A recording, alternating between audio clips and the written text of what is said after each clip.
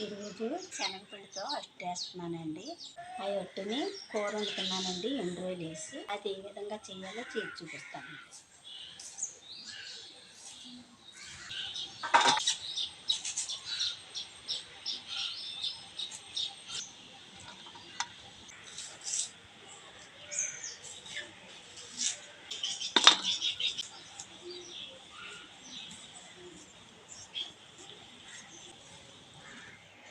శనగపిండి అట్టుకూరలోకి అండి అన్నీ రెడీ చేసి పెట్టుకున్నానండి. 2 ఉల్లిపాయలు కట్ చేసుకున్నానండి, 4 పచ్చిమిరపకాయలు కట్ చేసుకున్నానండి, 1 టమాటా కట్ చేశానండి. ఎండు రొయ్యలు శుభ్రం చేసి కడిగి పక్కన పెట్టుకున్నానండి. ఇప్పుడు శనగపిండితోటి అట్టు వేసుకుందామండి. 1 కప్పు శనగపిండి వేస్తానండి. అలాగే కొంచెం పసుపు వేస్తున్నానండి. అలాగే కొంచెం సాల్ట్ వేస్తున్నానండి. అలాగే కొంచెం కారం కూడా వేస్తున్నానండి. ఇప్పుడు ఇవి బాగా కలిసిలా కలుపుకుందామండి. ఇప్పుడు కలిపేసానండి. ఇప్పుడు కొంచెం నీళ్లు పోసుకుందామండి.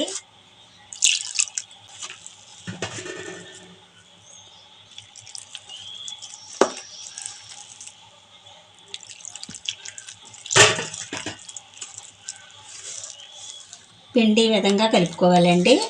మరీ పలసగా కలుపుకోకూడదండి, మరీ గట్టిగా కలుపుకోకూడదండి. కలిపేసానండి. ఇప్పుడు అట్టేసుకుందామండి.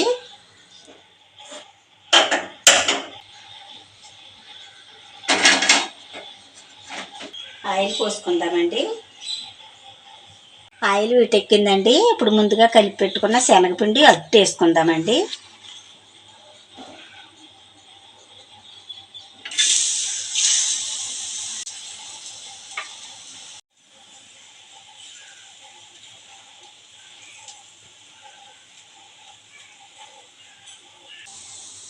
అట్టు ఇలాగ 5 నిమిషాలు ఉడకనిద్దామండి.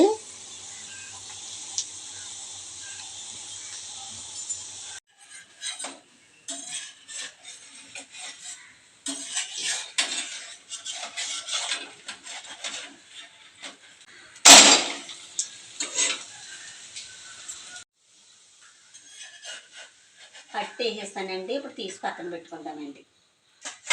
అట్టు ఇప్పుడు చిన్న చిన్న ముక్కల కింద కట్ చేసుకుందామండి.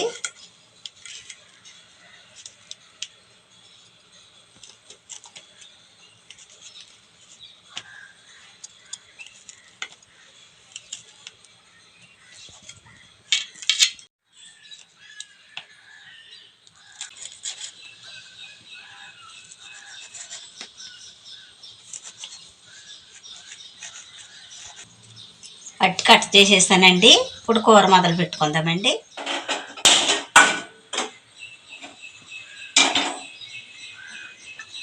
మూకుడు వీటెక్కిందండి. ఇప్పుడు ఆయిల్ పోసుకుందామండి.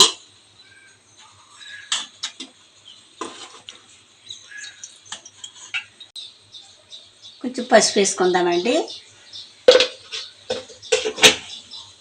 అలాగే కొంచెం సాల్ట్ వేసుకుందామండి. ముందుగా శుభ్రం చేసి పెట్టుకున్న రొయ్యలు వేసుకుందామండి.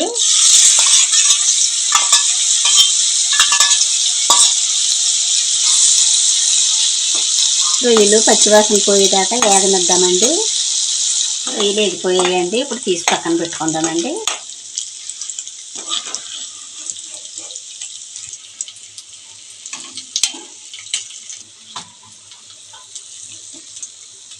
ముందుగా కట్ చేసి పెట్టుకున్న పచ్చిమిరపకాయలు, ఉల్లిపాయలు వేసుకుందామండి.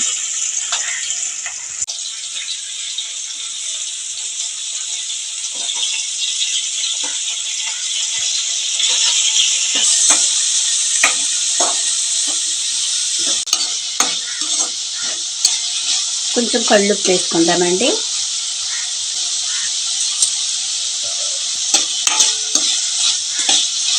అలాగే టమాటాలు కూడా వేసుకుందామండి.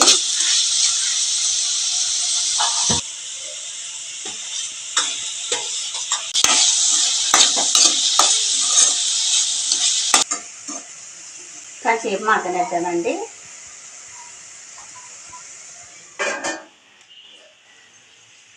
ఉల్లిపాయలు మగ్గిపోయాయండి. ముందుగా వేగించి పెట్టుకున్న రొయ్యలు వేసుకుందామండి.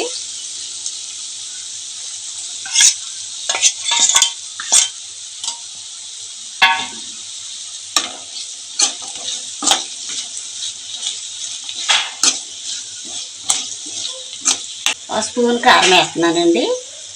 అలాగే కొంచెం పసుపు కూడా వేస్తున్నానండి.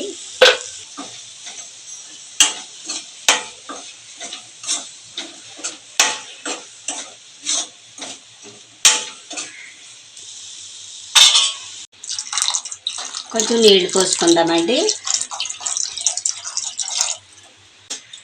10 నిమిషాలు మగ్గనిద్దామండి.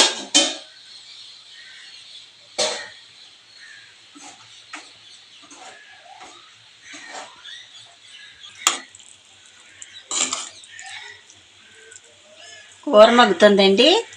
ముందుగా కట్ చేసి పెట్టుకున్న శనగపిండి ఉంది కదండి, అది వేసుకుందామండి.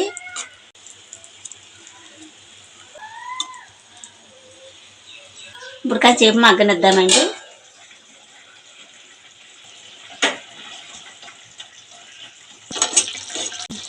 శనగపిండి అట్టుకూర రెడీ అయిపోయిందండి. ఇప్పుడు దించేసుకుందామండి.